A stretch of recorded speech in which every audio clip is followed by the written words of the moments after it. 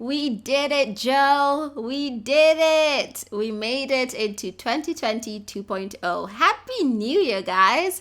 So, to start off the year, I thought, why not make the most summery thing that was meant to be made last year? So, if you're unaware, scarf tops were all the rage last year. And this particular top from Mirror Palais, in a size small, size extra large, whatever, costs $255. So if you think I'm going to pay $255 for such a skimpy top, you're damn right I would, honestly, because it looks so pretty and it's vintagey, but your girl is broke, okay? So it has this cute ruching on the side. It's super cropped, but she's hella cute. The print on this is really pretty, so I see why there was all the rage about it, but I thought I'd DIY one from a scarf I've owned for years.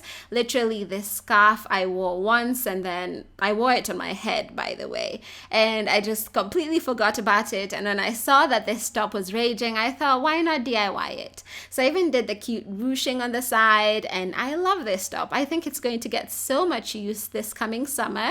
And just because something was a trend last year doesn't mean you just abandon it, Melinda, when the next year gets here. You still wear last year's clothes into the new year because you need to save the planet. You just don't throw away everything. So if you want to see me make this top so that you can make your own, let's get into it. So I made this top from a 90 centimeter by 90 centimeter scarf. I got it off AliExpress years ago for $3. I don't think they sell it anymore, but if I find the link to the store, I will link it down below. So I'm taking in one corner and folding it in until I have a length I want. So if you want this above your nipples, if you want this to your knees, you do you, baby girl, because it's 2021 and we're doing what we want to do. So 16 inches for me was perfect, and I'm going to clip the top of this just to keep her in check. And I also pinned the bottom. Oh my gosh, this fabric was so slippery. I had to tread carefully around her. It felt like I was just testing her all the time.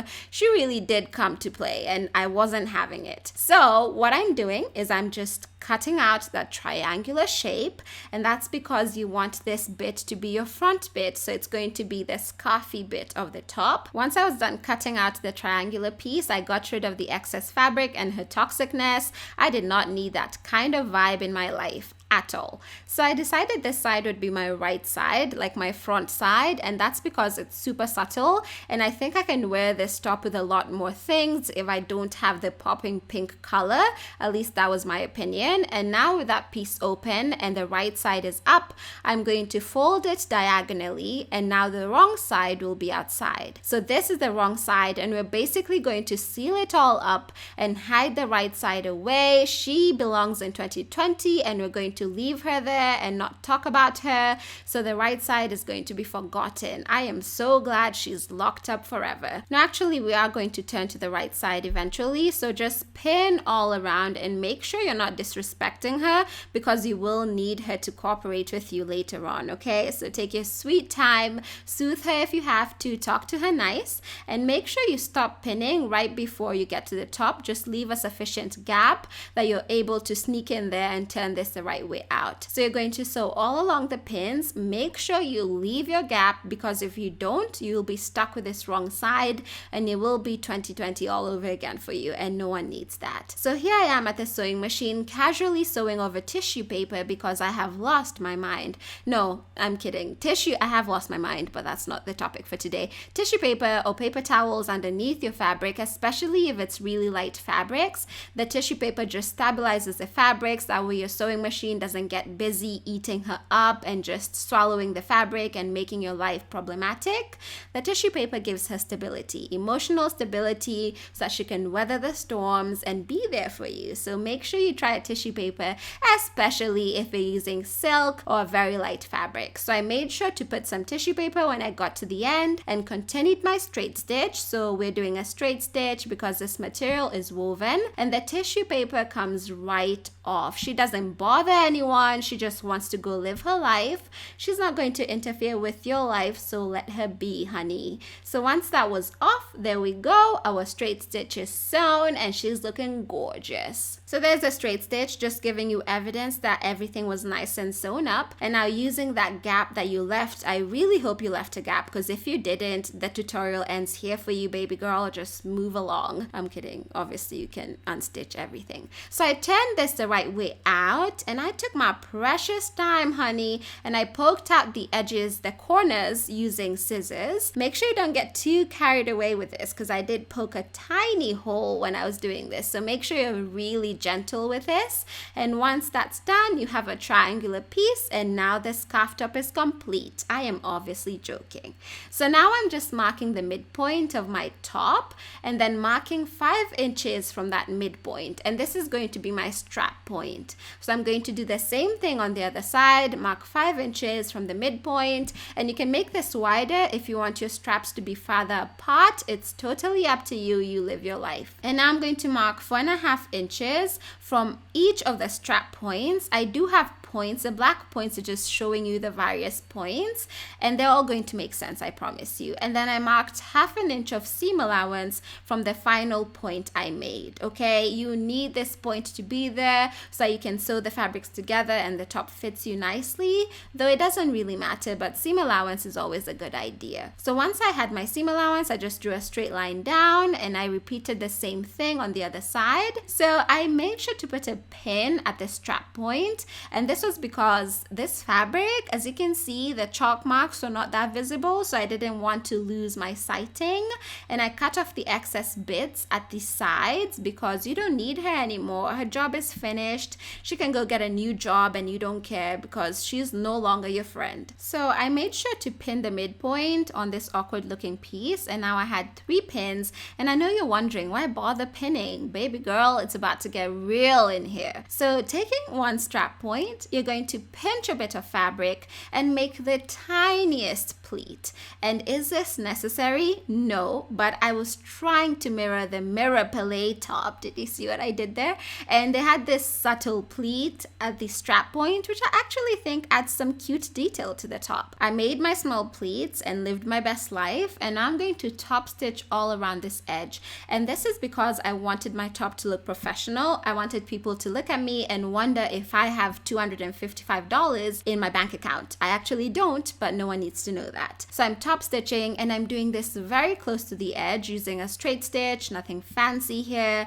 I'm just moving with the flow and seeing what 2021 has in store for me, because girl, after 2020, I think I can go through anything and come out unscathed. Anyway, I digress. So here is the top looking gorgeous and beautiful as ever, and this is a top stitch. You can see it's not the neatest top stitch. It ain't much, but it's honest work. So now I'm marking 9 inches from that bottom bit, and this is my side seam. If you need to establish how much you need to measure, just put the scarf over your body and see where you want the side seam to fall on. 9 inches was perfect for me. So after pinning the fabrics together, I am going to draw a straight line that joins the 4.5 inch mark to the 9 inch mark down below. If this is confusing, just go back a few steps and see where we marked the 4.5 inches, and I promise everything will make sense. So I took my sweet time drawing the line, mostly because this fabric was so slippery and she was testing me in more ways than I can describe.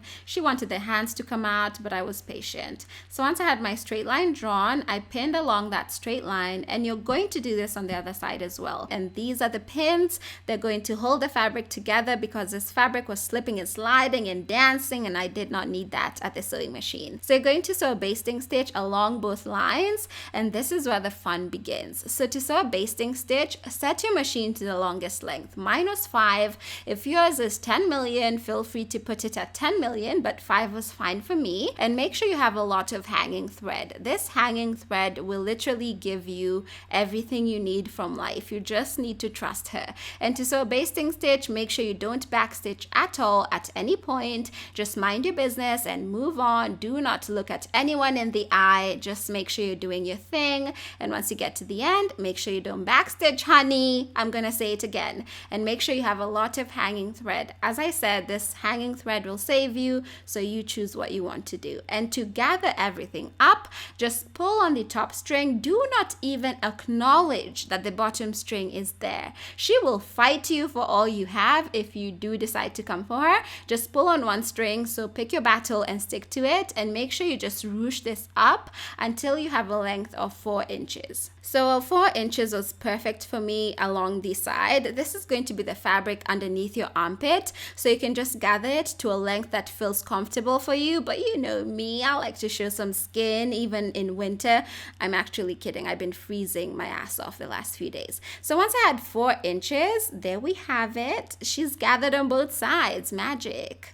Of course I did both sides. So everything you're seeing me do, you have to do twice. So honey, your work is cut out for you. And make sure you double knot the ends of the thread. After you're done gathering the fabric, you don't want this to move about and become longer than you need it to. So just keep her in her place from the beginning and she will respect you forever. So now from the remaining bit of scarf, we're going to cut out a rectangular piece and we're making the back bits of the top. So this top really had a lot of detailing. It actually shocked me, and I think that's also why it's so expensive. But your girl's broke, so I have to do this all by myself, which is fine. So I drew a straight line to make sure I was cutting a straight line, and I have this rectangular piece. It doesn't matter how long it is, just make sure it's sufficient enough to tie at the back. So I think mine was about 22 inches long. I'm not sure, but yeah. Anyway, I used the first rectangle as a template to cut out a second rectangle. As you can see, the fabrics are not equal, but I wasn't worried about that yet because I'm going to even out the pieces. So I'm just cutting it as straight as I can and making sure the fabrics are equal. So you can see the pieces are not the same size. So I had to size one of them down. I had to talk to her and tell her to tone it down because she was being a bit too much and we didn't need her to bring all this bad energy, okay? So once I'd cut off the excess fabric and the pieces were somewhat equal, I took off the clips, and these are the two pieces. They're not the same size, but that's not what we're focusing on, Melinda, okay? We're living our best life. So all I did was I marked 1.5 inches from the top of the rectangle, and I'm going to cut along those dotted lines, those dotted points, and this is going to form my strap. So you're going to make sure you do this with both rectangular pieces. Make sure you snip off 1.5 inches from each and get 2 straps,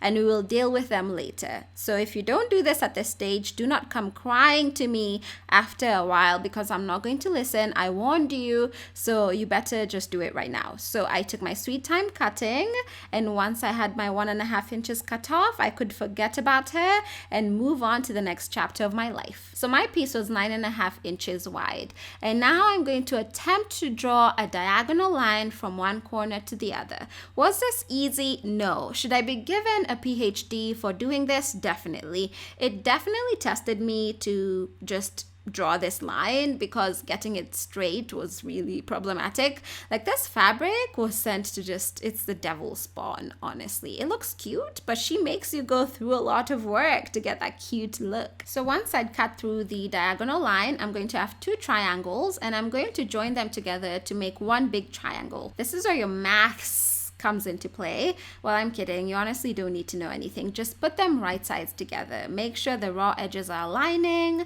and it don't need to be straight. Just let her be herself. Let her be who she wants to be.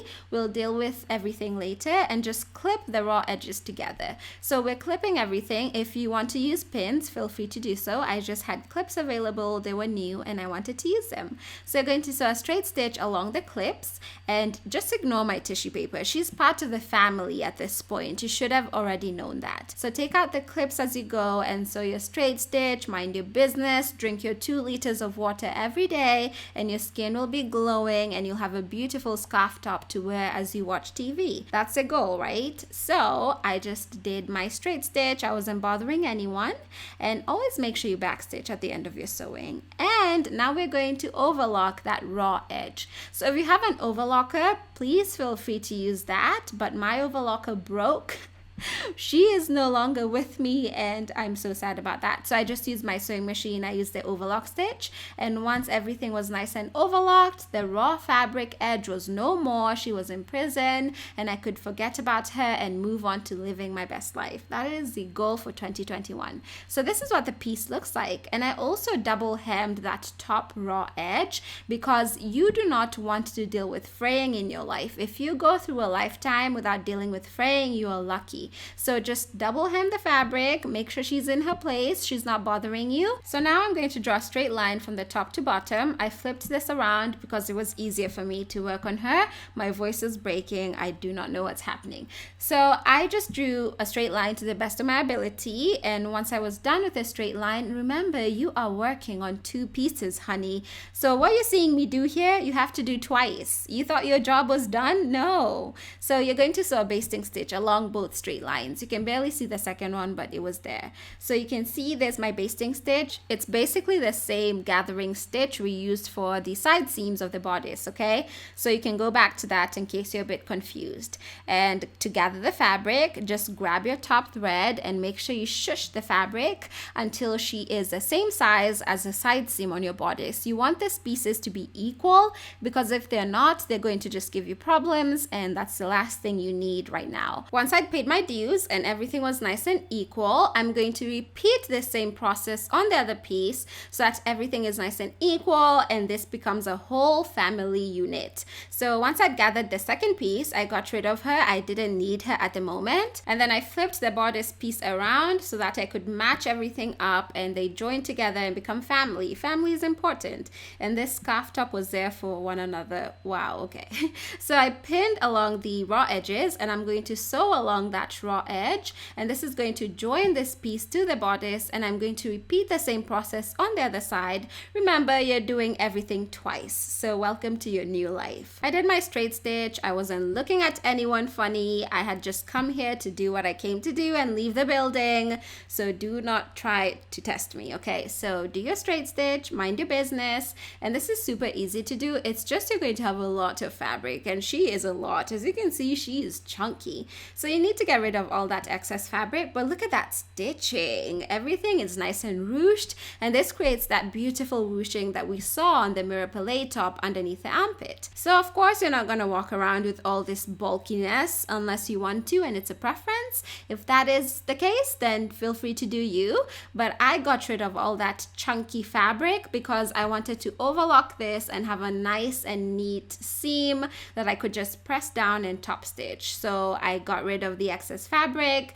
and then used my overlocking stitch. I really did wish I had a serger at this point because this fabric was bulky, but I talked to her nice and she cooperated with me, so it turned out okay in the end. So yeah. So there's my overlocked edge. It doesn't look perfect, but she is doing her best and she needs you to not judge her. So with that seam, I just made sure to lay it flat on the back side, and I'm going to do a top stitch along that bit just to make sure everything stays flat. I didn't want that seam just bothering me and coming into my affairs, so I had to put her in check. And I obviously did this on both sides, and now you're almost done with your top. So it's time to work on the straps. Remember that 1.5 inch piece of fabric I told you to cut off from the rectangles earlier? You will now need them. If you've thrown them away, then you need to pray and ask yourself why you don't listen, because I told you, honey, I told you needed them. Anyway, what I did is I folded it in half with the wrong side outside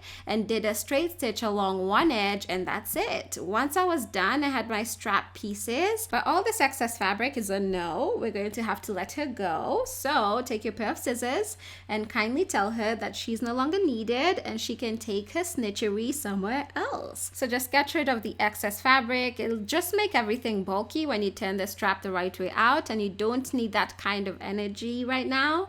We need to focus on the positive. So once the excess fabric was out the door, I had to do the same thing for the second strap, and like magic, that was done. And I took my loop turner, which is my second husband after my sewing machine, and the loop turner just makes your life easier. She is the reason 2021 came to us in one piece. She single-handedly brought it to us. So I recommend you get a loop turner if you want to have a good year ahead. And I just used it to turn my strap the right way out. Just shove her into the strap and then use it to grab the fabric and pull it the right way out. If you don't have a loop turner and don't want to make your life any easier, just use a safety pin and it will do the same thing, except it won't be as seamless as a loop turner.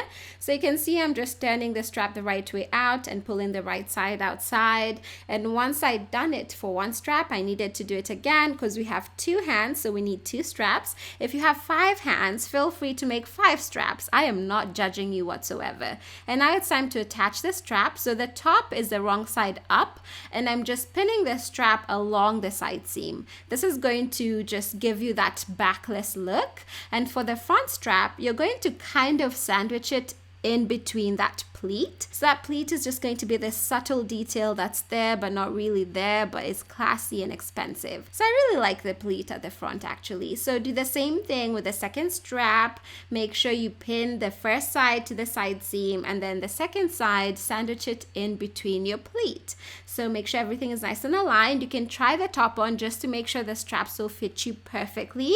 And once that's done, you're going to sew along the points of contact to join your straps to your top, cut off the excess fabric, and you will be done with your top. So there you have it. There's my DIY scarf top that didn't cost me my legs and my kidneys on the black market, and I love to see it. I am so happy with this top. I'm so glad I've added it to my summer collection. Super excited for summer.